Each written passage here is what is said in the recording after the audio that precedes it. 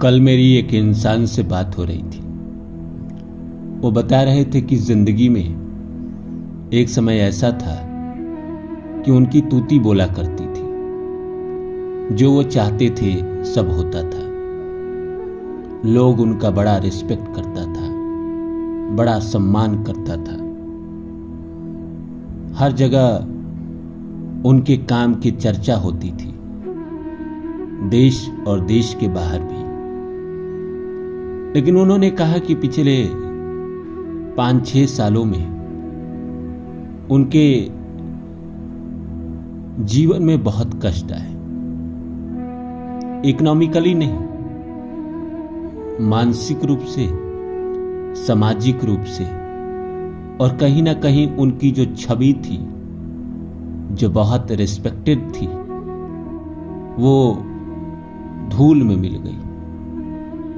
एक रिलेशनशिप उनके जीवन में कहीं ना कहीं आया, जिसकी वजह से उनके जीवन में सब कुछ बदल गया। लोगों के दिल में उनके प्रति जो रिस्पेक्ट थी वो भी बदल गई। फिर वो अपने आप कह रहे थे कि मैंने जाना है पिछले समय को देखकर कि संसार में वक्त से बड़ा कोई नहीं होता।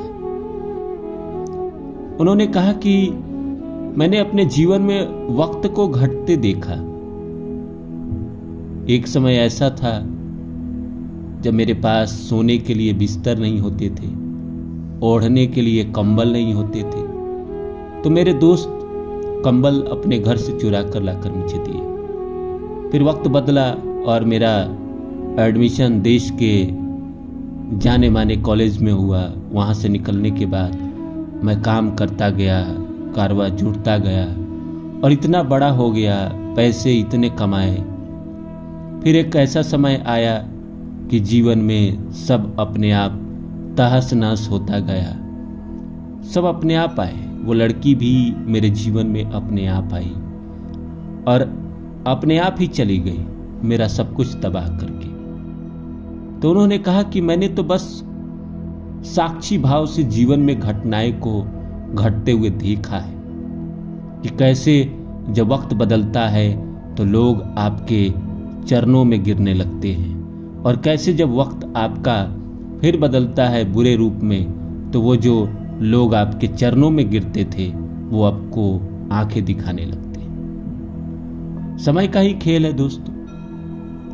उन्होंने फिर कहा कि मैं मानता हूं कि मेरे जीवन में जो कुछ भी है अभी वर्तमान में, इसमें मेरा कोई योगदान नहीं। मेरे जीवन में जो अच्छा है उसमें भी मेरा कोई योगदान नहीं, और बुरा जो है उसमें भी मेरा कोई योगदान नहीं। अगर मेरे पास अकाउंट में 2 करोड़ रुपये हैं तो इसमें मेरा कोई टैलेंट नहीं, और मेरे जीवन में अगर मेरी छवि धूमिल हुई सिर्फ रिलेशनशिप के कारण, तो इसमें भी मेरा कोई हाथ नहीं। मैं मानता हूं कि मेरे जीवन में जो हो रहा है सब भगवान की मर्जी से हो रहा है, और जो वो कर रहे हैं कहीं ना कहीं मेरे लिए अच्छा ही है। एक्सेप्ट मैं करता हूं। मैं सोचता हूं कि अगर जीवन में ये बुरी घटनाएं नहीं हुई होती तो क्या मैं जागरूक हो पाता? क्या मैं दुनिया को इस नजरिए से देख पाता? दोस्तों, बात यही है कि जीवन में जब किसी के बुरे घटने होते हैं तो उसका नजरिया बदलता है, उसकी सोच बदलती है, उसका दायरा बड़ा होता है। एक आदमी सोचता है कि दुनिया मेरे हिसाब से चले, क्योंकि वो इसीलिए सोचता है कि जितना उसको ज्ञान है वो उसी हिसाब से सोचेगा। एक आदमी को दुनिया कैसे नजर आती है? जितना उसके पास ज्ञान है।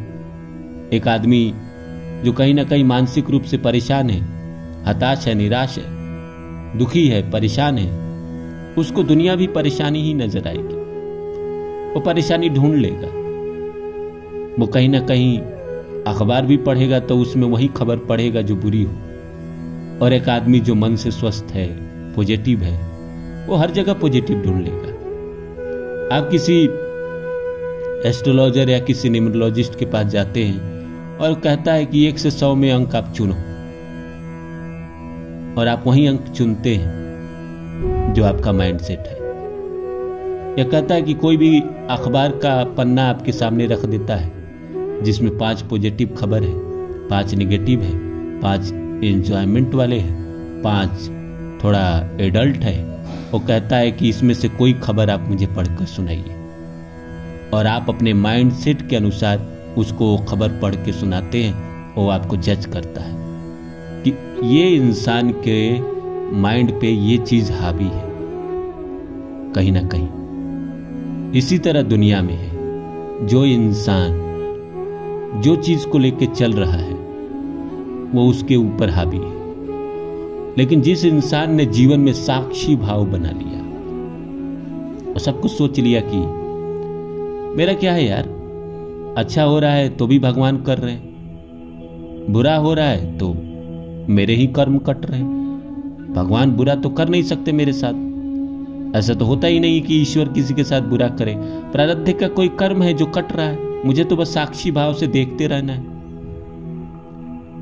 मुझे तो देखते रहना है कि कब तक ये कर्म है। कोई भी इंसान मेरी जिंदगी में आया है और वो जबरदस्ती आ रहा है, मैं नहीं चाहता वो आए, फिर भी वो आ रहा है, तो कहीं ना कहीं मेरा कर्म है उसके साथ और मुझे काटना ही है। तो भाई दुखी होने से अच्छा है कि सुखी से सुख होकर काट लो, प्रसन्न होकर काट लो,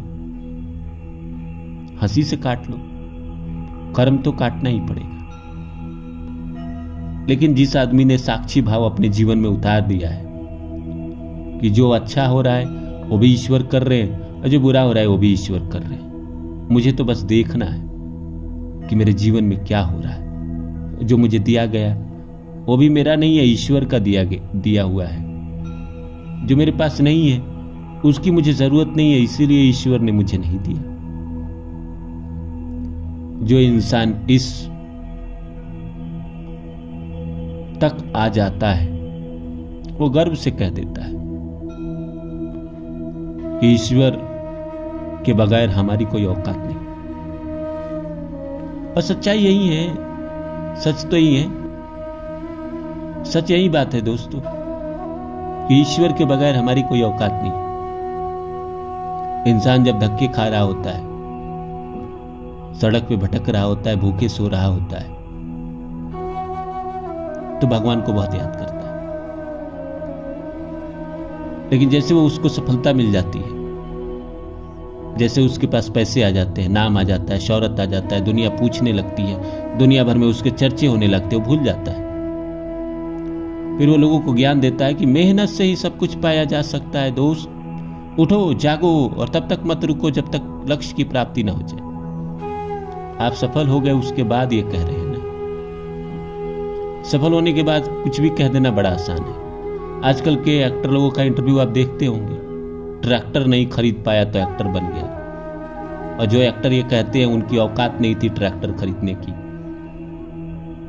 कुछ भी बोल देते हैं, मैं 3-3 दिन तक भूखे पेट सोया, 3-3 दिन तक खाया ना नहीं खाया।